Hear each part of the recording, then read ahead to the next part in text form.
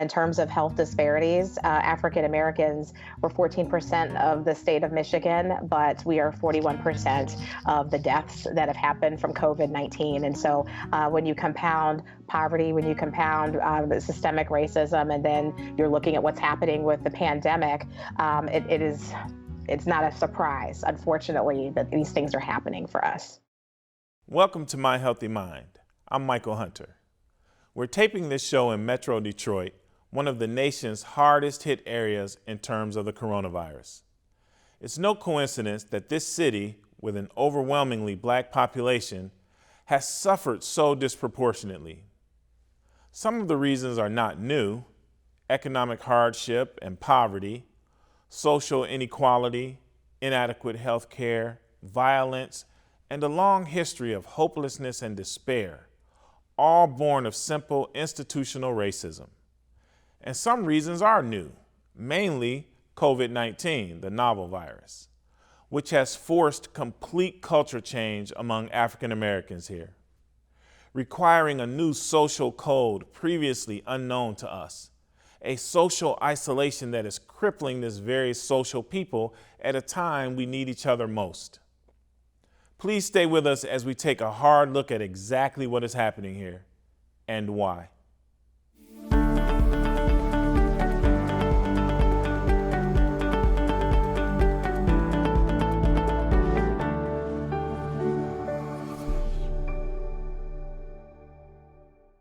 We're here with Eric Doeh, the Deputy CEO of DWIHN Integrated Health Network. Welcome to My Healthy Mind. Thank you, Michael, for having me. I'm truly appreciative to be here. Tell us what is happening with since the coronavirus hit in March of this year. Our residential population, for sure, this have had a tremendous effect. And, when we talk a bit about disparity, as you know, this virus has affected the African American community, tremendously, 3 times more than any other, community in Wayne County or in the state, period. So at DWIHN, we've been very cognizant of that as we deal with our residential population, our outpatient population, and also just being mindful of the fact that this, from an emotional standpoint, anxiety level, depression, all of those things that were very much so part of the work that we do became even more amplified now.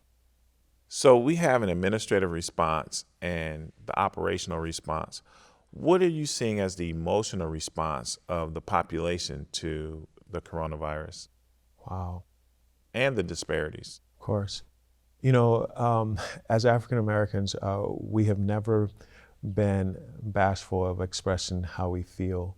And I think, on the heels of the coronavirus, with all that's been happening in terms of whether you're talking, George Floyd, so much going on in our country, just a balance between, the police and the community. This has certainly been a topic at a lot of dinner tables. And although we are not able to get, in that large dinner table settings as we are accustomed to, but it has certainly been discussions. And whether you're talking here, protests in the street, some of the protests that, we've seen in recent months hasn't just been because of the, shootings that have taken place, but just the injustices that exist, period. You look at, job displacement as well. Add that pressure, and with folks having the challenge of trying to meet their rent and mortgage payments, or jobs, layoffs and all of those things, furloughs added to that. My husband actually was laid off immediately as soon as the pandemic started because he works in a restaurant. And I was working 2 jobs, and I was laid off from my second job. So you don't only have the physical and economic effects there, but also on your health as well. And we have seen this. And this is why I think I have been very much so engaging with our provider community, because they're the closest that I have to connect to those who we provide services for, and it matters. So at DWIHN, some of the things that we started doing was, for example, connecting with our SUD community. How do you do that when services that folks were conditioned to receiving face-to-face, now, telehealth had to be the way. For some of the folks we serve, Michael, something as simple as a cell phone, it's not that simple, So can you imagine cell phones, tablets, computers? How do you get those things? We still have to make sure, working with our partners, the hospitals. I tell you, the provider network, Michael, have been tremendous. Residential providers, for sure, stepped up in ways that, for me to say I never expected would be selling them short, but I never imagined that they would take some of the initiatives that they did. Our emergency rooms have been packed. We are literally running out of inpatient capacity. We're going to start making life or death decisions in regards to people's care. I would say upwards of 10 patients were put on ventilators. My patient took the last ventilator available in the hospital. Resources are very slim. We have no medications to keep these patients even ventilated, let alone ventilators. Medications like fentanyl or propofol that would keep a patient sedated while they're intubated, we're out of. We're out of Tylenol.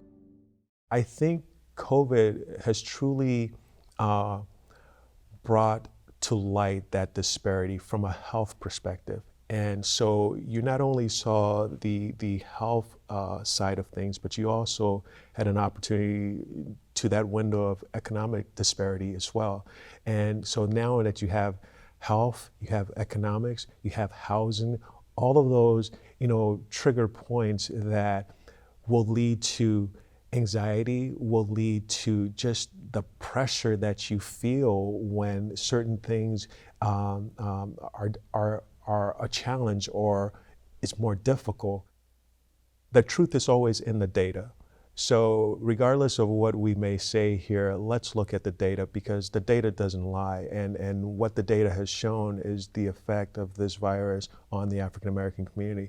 But I don't want this to just be an African American, disparity discussions. This has affected all of our families and all of our lives. And I think, Michael, when I think of the fact that I have a 5-year-old, I want her to live in a community where she can identify with those and everyone in that community, because what affects her, I firmly believe that affects others, and what affects others, I believe affects her.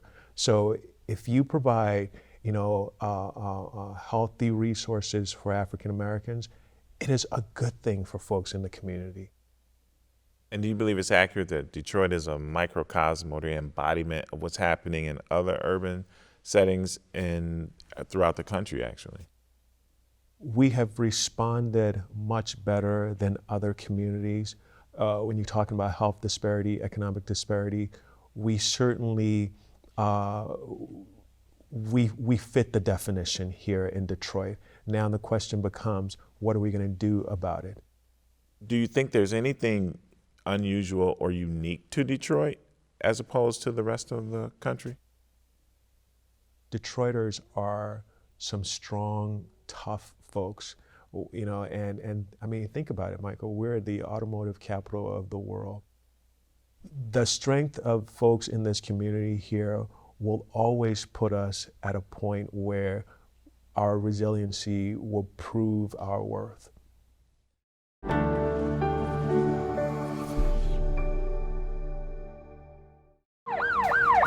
Until recently, people in psychiatric crisis had very few options.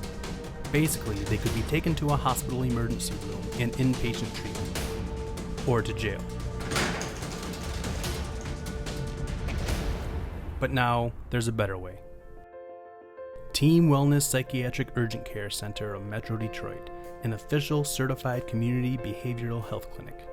What this means is that now, people experiencing any kind of mental health or substance abuse crisis can be taken immediately and directly into treatment at our safe, certified crisis stabilization unit, to be immediately assessed, stabilized, and triaged by our team of intake medical doctors and psychiatrists. to undergo intensive psychiatric therapy for up to 23 hours in one of our private or semi-private rooms, to be fully evaluated for short-term care and given a warm handoff into proper ongoing treatment, and to receive continuing long-term clinical and peer support services based on a thorough, thoughtful discharge plan drawn up case by case. For those in the throes of a substance abuse crisis, our response would be the effective, evidence-based practice for treating substance abuse, including Suboxone.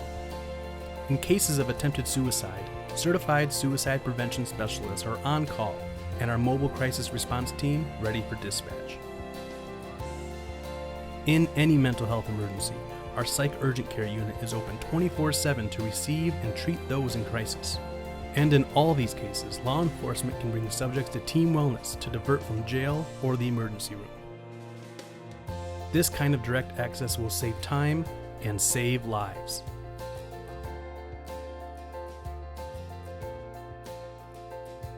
Team Wellness Psychiatric Urgent Care. Certified, safe.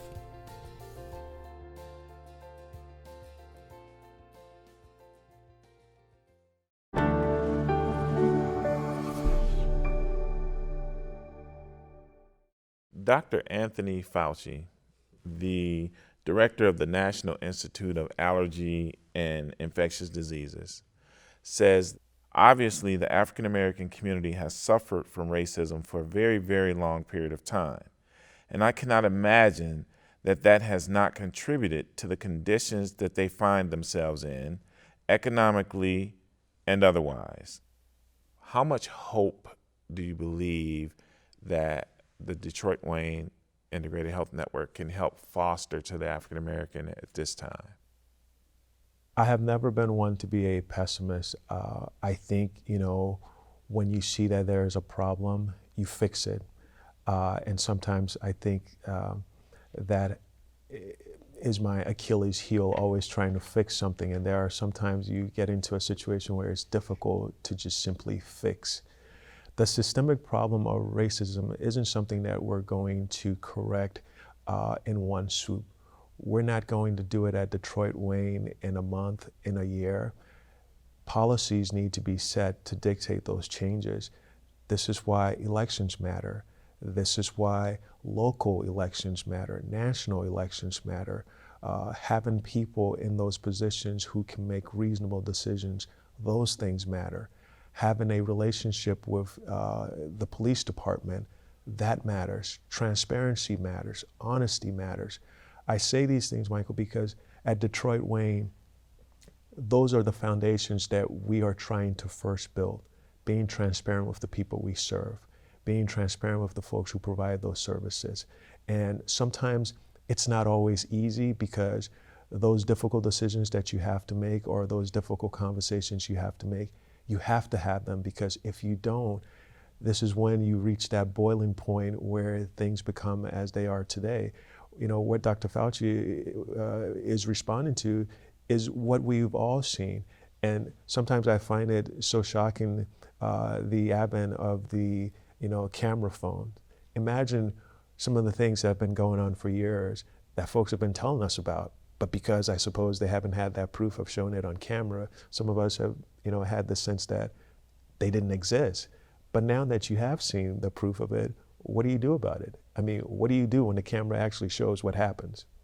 And so armed with that knowledge now, what we're trying to do at DWIHN is how do we continue those services for the 75,000 people that we say we serve? And those numbers have gone down because people are scared.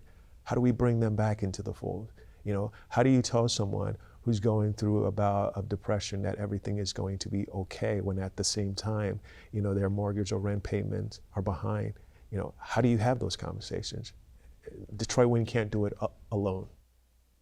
And are you comfortable with the resources that Michigan is making available?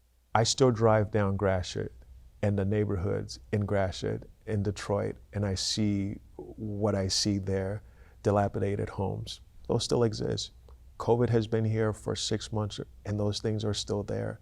There are still kids right now who in this remote setting are unable to get lunches. And it's not because the city is not making that available, but now how do you get mom and dads and grandmas who may not have the transportation to get to those places that the food's available? How do you do that?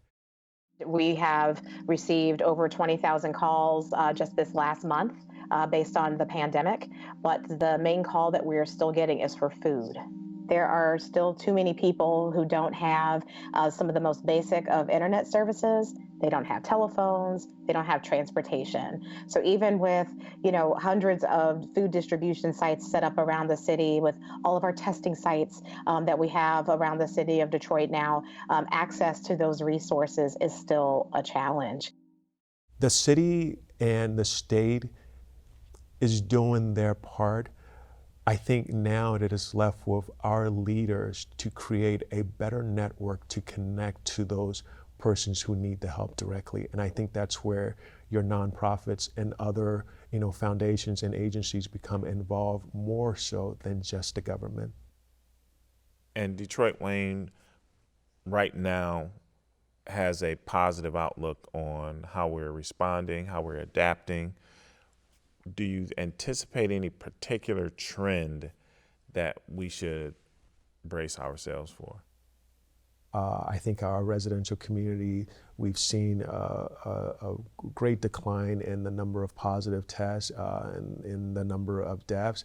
So that's a great thing for not only the folks at DWIHN, but also for our communities and the folks that we serve. But at the same time, though, we know that there may be a spike. I mean, pretty soon we're going to be approaching Thanksgiving. We're going to be fast approaching Christmas. I mean, and I can't believe I'm saying this, in September, but that's just how things move. And folks want to get together with each other because that's what we've always done. What is that going to look like, in those months to come? And those are things that we are definitely mindful of. When we first experienced COVID back in mid-March, I think there was the belief that by probably midsummer, everything would be back to normal and we'll be fine. And I think what we've seen in the last 6 months is that although that there is a steady decline, especially here in Michigan, this is going to be with us for a while. I wish I could say within, the next 12 months, hopefully next summer, we'll be able to sit in movie theaters the way that we did, prior to March. But no one's for sure. But I think what we can do, though, so that when next year does get here, to continue to social distance, to continue to wear our masks, to continue to get tested, to continue to wash our hands.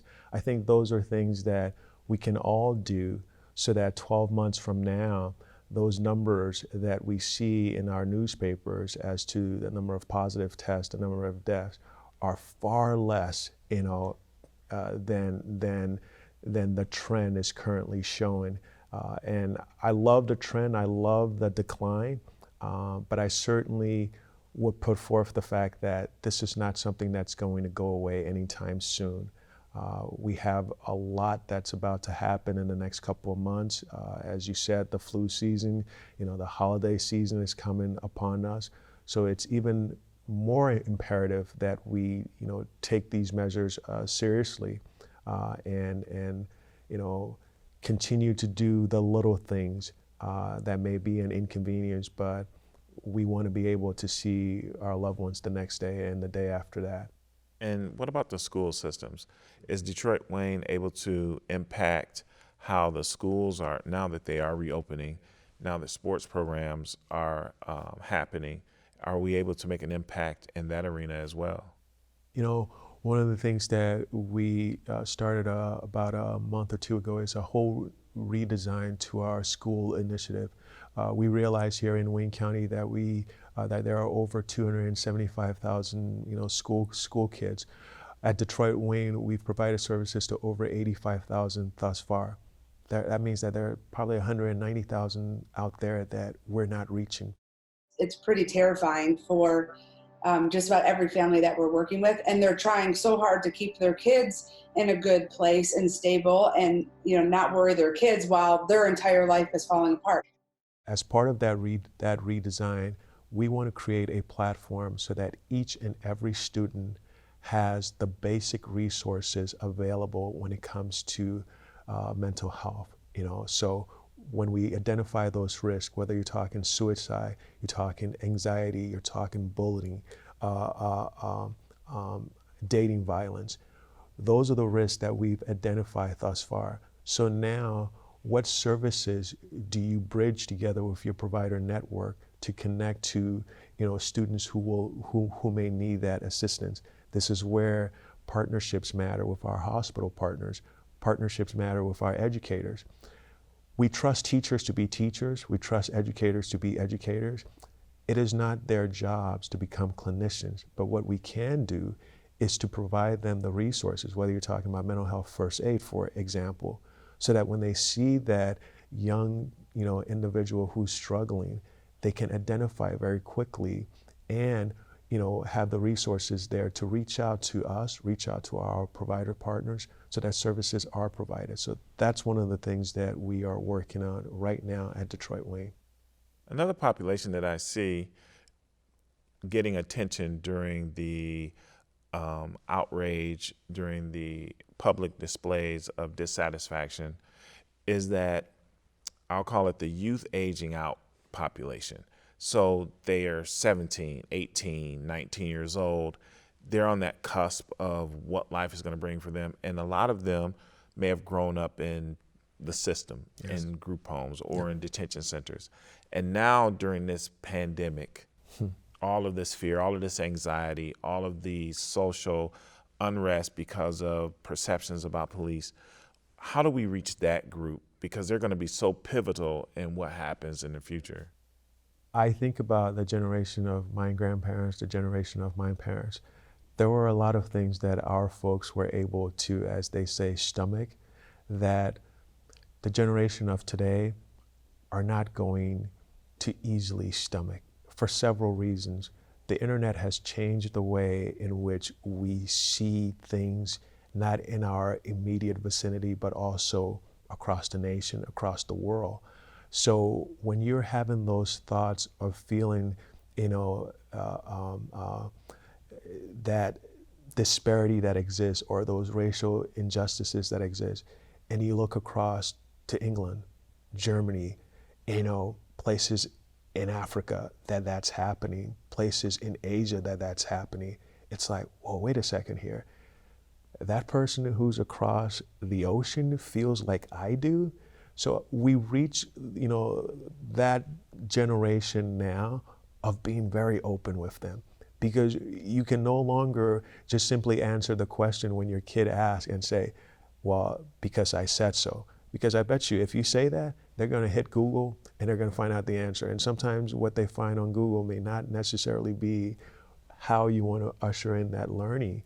So I think this is where it matters when you have those conversations with young people. And you for a 17-year-old who may not have been able to go through graduation this year, I mean, think of all that hard work that they've done, that they weren't able to walk down that aisle, to receive their diploma.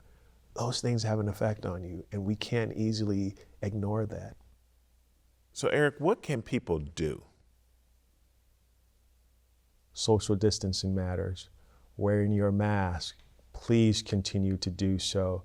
I know sometimes for some of us it is that unbearable thing, but trust me, if a doctor can go into surgery, she be in surgery for some 10 hours with that mask on, we can wear them to go to the grocery stores and have those interactions that we do. Continue to wash your hands, continue to use your hand sanitizer. I mean, my kid, Michael, as soon as, that has always been a constant in the house. Daddy, do I wash my hands now? Yes, you wash your hands now. So she knows that. You go into the bathroom, you wash your hands, you dry your hands, you wear the mask when we go out. Those are just things that we do. Social distancing, I mean, those things, they matter because it has proven that you cannot do them in isolation. you can't wear the mask and not, social distance. I mean, you have to do both. So I think as we continue to do the little things, we will see that there are positive results in the little things that we need to do. And as inconvenient as it may be, I'd rather be inconvenient now than to not be around, to watch my kid, and the rest of my family members through the years to come if, I am so lucky to have those years. And I'm telling you right now, please heed my advice and stay home. Stay home with your loved ones. Don't go out. Don't do anything that could put you at risk to have to see me at the end of the tunnel. I'm telling you, it's not worth it. And I don't know what I can do to save people anymore. And if you could say one thing to the disparate community to give them encouragement or hope at this time, what would it be?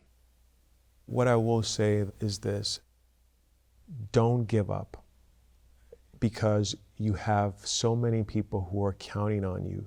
Not only do you have your kids and families who are counting on you, you have folks out here who you don't even know who are counting on you.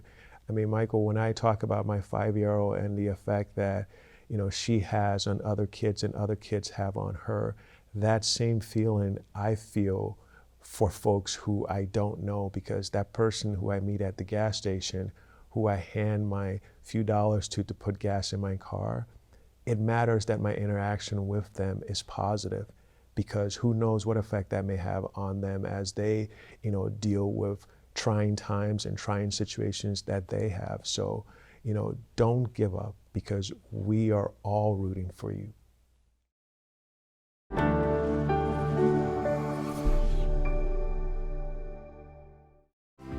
At Team Wellness Primary Care Center, you will find all the basic services you need to be well and stay well.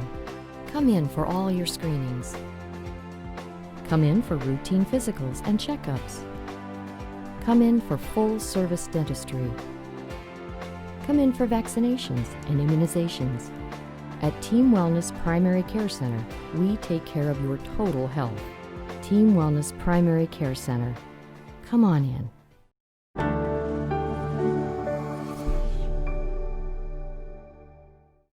Thank you for joining us today as we continue to follow the unfolding news about COVID-19 and its effects on both physical and mental health. If you'd like to learn more about this or any mental health issue, please visit our website at myhealthymind.com, on Facebook at myhealthymind, or on Twitter.